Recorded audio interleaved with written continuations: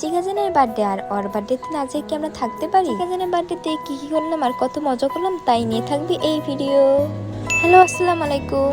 দিনটি ছিল 7 সেপ্টেম্বর, যে আমি কারণে এতদিন পোস্ট করতে পারিনি। এক্সাম দিয়ে এসে গিয়েছিলাম ডক্টর দেখাতে, সেখান থেকে বাসায় এসে কোনোভাবে তাদেরকে রেডি হয়ে চলে গেলাম কেকের দোকানে। এখানে আমাদের কেক নিয়ে একটা সমস্যা হয়, যেটা আমি পরে বলবো। দিন এখানে আমরা হ্যাপি বার্থডে লেখাটা চয়েস করছিলাম, আমার কাছে তেমন ভালো লাগছিল না। পরে লাস্টে আমার কাছে এটা একটু পছন্দ হলো, দেন এটা নিয়ে নিলাম, সাথে কেকও নিয়ে নিলাম। এরপরে দোকান থেকে বের হয়ে আমরা গাড়িতে উঠে যাই খালামি বাসা যাওয়ার। কিছুক্ষণের মধ্যে পৌঁছে যাই খালামি বাসা। দেন আমরা যাচ্ছিলাম, তখন সন্ধ্যা বেশি হয়ে গিয়েছিল, তাই অন্ধকার দেখাচ্ছে। এরপর বাসায় যেয়ে দেখি এত সুন্দর করে সাজিয়েছে আমার পিচ্চি কাজিন। আমরা তো বুঝতে পারিনি ও একা এত সুন্দর করে সাজাবে। এরপরে ওকে একটু মেজো আপু হেল্প করছিল রেডি হতে। আমরা আগে থেকে বলেছিলাম রেডি হয়ে থাকতে, পরে কিছু সমস্যার জন্য আগে রেডি হতে পারিনি। এবার তোমাদের সাথে কেক আনবক্সিং করি। আমরা যেমন চেয়েছিলাম ঠিক তেমন কেকটা পাইনি, আমরা চেয়েছিলাম এমন, বাট পেয়েছি কেমন তা তো দেখতেই পারতেছো। আমাদের সবার মন খারাপ হয়ে গিয়েছিল এই কেকটা দেখে। আগে অর্ডার করে দিয়ে এসেছিলাম, বাট ওরা নাকি কালারটা পাইনি। যাই হোক, এবার দেখো আমাদের পিচ্চি কাজিন, মাশাআল্লাহ ওকে এই দিন এত বেশি সুন্দর লাগছিল, একটা প্রিন্সেসের মতো লাগছিল। আমার তো মনে হয়েছে বার্থডে দিন মেয়েটা একটু বেশি সুন্দর হয়ে যায়। আমি ওর কিছু পিক ভিডিও করে দিচ্ছিলাম, ওর পিকগুলো ভিডিও থেকে বেশি সুন্দর হয়েছে, আমি লাস্টে অ্যাড করে দিব।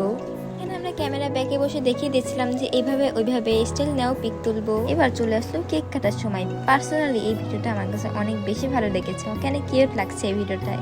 ওর জন্য আমরা সবাই অনেক অনেক বেশি দোয়া করে দিই, যাতে ওই জীবনে আর অনেক বড় হতে পারে, এইভাবেই ওর মজার মধ্যে দিয়ে আমাদের হ্যাপি করে তুলতে পারে। জানি ও আমার এই ভিডিওটা দেখবে, তার জন্য ওকে আমি বলে দেই হ্যাপি বার্থডে টু ইউ।